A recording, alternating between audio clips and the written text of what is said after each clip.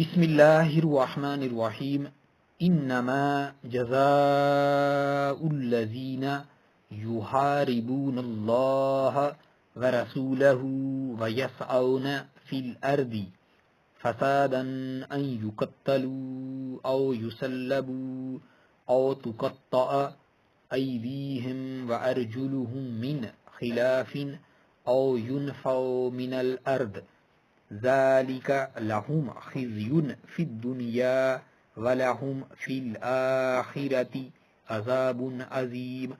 جو اللہ تعالیٰ سے اور اس کے رسول سے لڑیں اور زمین میں فساد کرتے پھریں، ان کی سزا یہی ہے کہ وہ قتل کر دیے جائیں یا سولی چڑھا دیے جائیں یا مخالف جانب سے ان کے ہاتھ پاؤں کاٹ دیے جائیں یا انہیں جلا وطن کر دیا جائے۔